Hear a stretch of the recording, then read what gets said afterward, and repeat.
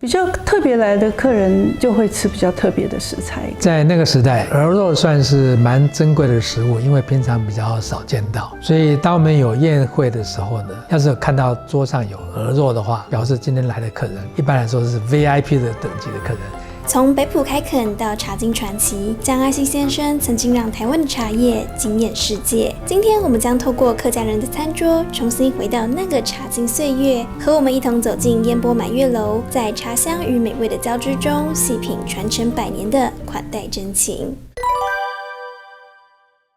我是廖慧庆，小时候在洋楼长大，是江阿兴先生的孙女，家里经常都会有客人。我祖母平常门都开的，一直到晚上要睡觉，我们家大门才会关起来，随时都有人到家里来。北埔街上的乡亲啊，那永光茶厂的同事很多，有时候会有外国的客人来，有英国人，有时候也有日本人。那我阿公他因为他有4省议员，所以政商关系很好，他很多朋友。江先有个很特别的状况啊，他是江家4房里面的大房，单传，继承的财产就不会分散，加上他后来自己做生意赚了很多钱，当时算是一方之霸。新竹是台湾客家人居住的重镇嘛，是北台湾的历史文化经济的重镇。有一段历史故事是这样告诉我们的：台湾为什么客家人住在山区，是因为被闽南人一路赶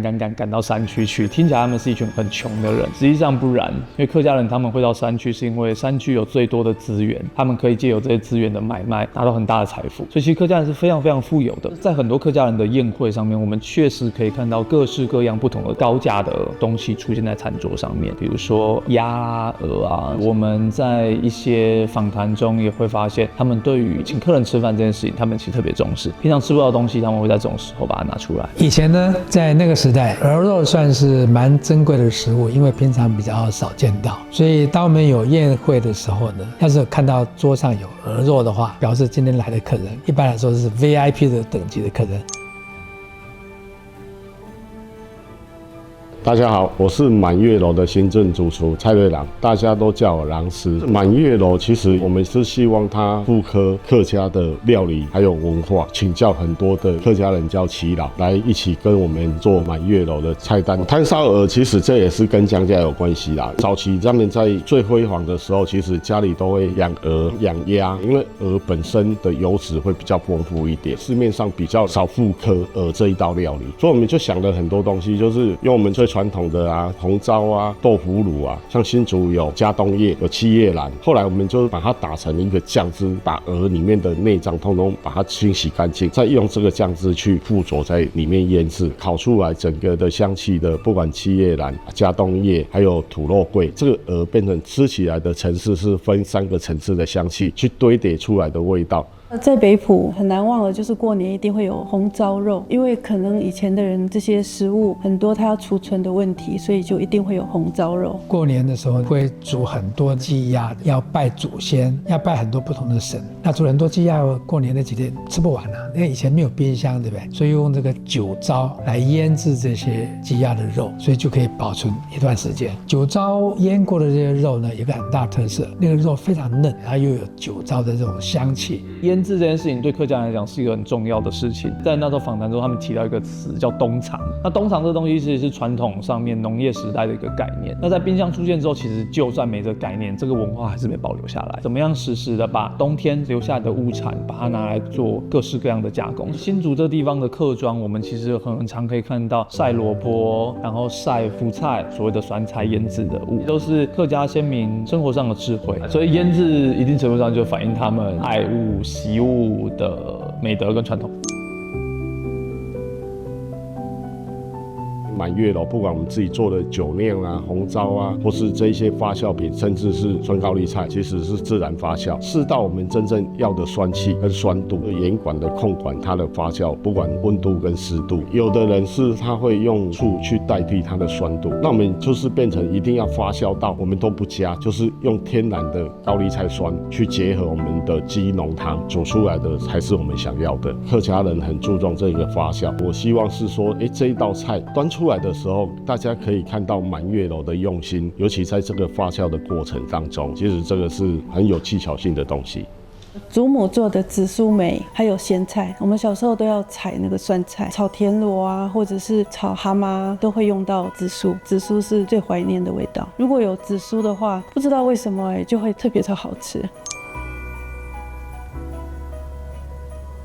他们早期在50年代江家吃了什么东西，里面其中就有一个紫苏梅排骨。紫苏可能在他们庭院里，他们随手可摘的香草的原料，在台湾其实它有季节性的问题，所以我要怎么让这个紫苏全年性有办法在满月楼贩售？经过反复的测试啊，后来觉得说，紫苏叶把它干燥，干燥完以后觉得说，它只有香气没有咸度，那我们再做一个紫苏的像盐巴一样，紫苏的味道其实是蛮冲的，它是一个本草的香气的酸度，我们就是用天然的这些梅子啊、紫苏梅啊这一些去调，确实有别于一般的风味。不管在酸甜的控制，或是紫苏的香气，可以达到很有客家风味的一个紫苏排骨。排骨我们是用整个肋排，从第7肋开始取到12肋，这个中间是最精华的，它的油瘦比会比较均匀一点。在高温去炸这个排骨，再裹上紫苏富含的油脂跟酸甜的味道，其实是一个夏天蛮开胃的一道菜。因为我祖父毕生的愿望就是希望能够把红茶推到世界上去。我们从小在家里都比较少喝开水，就从孩子的时候就喝茶。因为北埔这个地方的地理条件、气候就是非常适合种茶的地方，所以这边以前出产非常好的茶叶。客家人是有应景精神，江先又有一个对这个红茶的这种执着，即使说市场已经非常不好，他还是认为说要做市场上最好的茶叶，不惜成本之下呢，一直维持那个茶的品质，亏钱他也要做。当时江先是台湾最大的红茶出口公司，产量当时最大的时候占台湾出口量的接近1/3。它因为量这么大，所以呢很多国外客人就会来，让人家买到他的茶永远不会失望。在中国的茶传进来之前，台湾其实有本土的茶叶，但是庭志里面其实是有介绍过，台湾的茶的品质其实不好，喝起来没有味道，非常非常的淡。那也因此，其实在新竹这个地方的居民，他们会把一些水果放进去，当时放的水果主要是一种非常非常酸的橘子，一起把它弄来吃。你可以把它想象成是人类历史上有史以来的第一杯柳丁绿。后来台湾茶慢慢开始改良，那所以像北埔江家，然后关西那个地方开始大量的种茶之后，他们就开始制茶，包括包种茶的技术，后来改良出东方美人茶，都是让台湾的茶可以在19世纪后期开港通商之后大量的运出去，很重要的一个关键。在这个过程里面，客家的人群扮演了重要角色。那时候在访谈的过程中，有一位在地的客家的长者，他就提到一件事情，他说茶以前没有入菜，不代表现在不行啊。以前客家小炒一定要放这些东西，没道理现在还是得放这些东西啊。他说我们必须与时俱进，然后我们必须发挥我们的创意。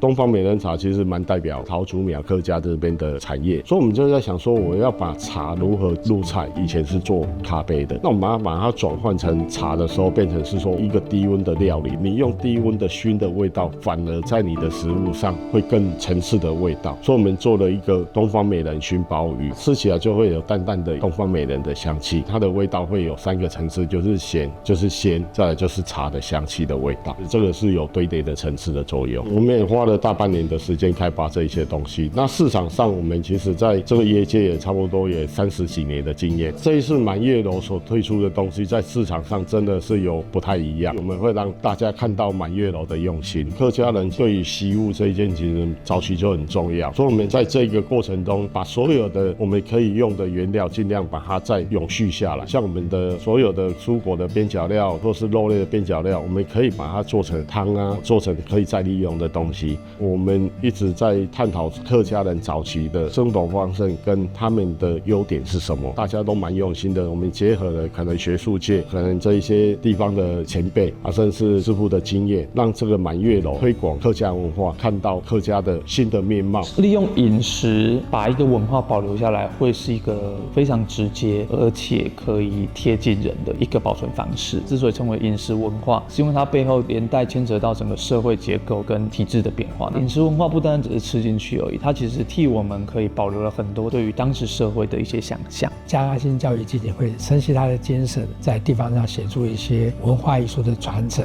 烟波集团他说他们想要推广这个客家的食物，后来我们想说哇，太好了，可以透过推广这个客家菜呢，把我们客家这个生活圈的精神也传播出去，让我们两边都可以从这里面做一些公益事件。我觉得像烟波饭店这一次这个客家文化的探索这个计划，对我来讲是一件非常感动的事情。因为作为一个新竹在地人，我觉得有一个企业愿意在背后投入这样的心力，在这个过程里面尊重地方上面既有的记忆，这件事情是很重要的。找了北埔的江家，仔细的调查他们过去的状况，找了我们客家学院这边，也希望借此机会把更多属于在地的这些记忆给探索出来。大家如果有机会，其实可以到满月楼来，我们想要把这一份的客家文化带给大家一起分享。我们是把满月楼定为客家文化当代的转译者，我们打破了客家菜粗犷、悠闲、长明既定的框架，把它提升到名门私宅宴的高度。我们希望每一个客人都可以感受到不计成本、追求极致的款待心意，让客家饮食文化在现代人的生活中重新焕发出像是满月一样的圆满光彩。所以有机会大家可以来满月楼，跟我们一起见证这个奇迹的历史。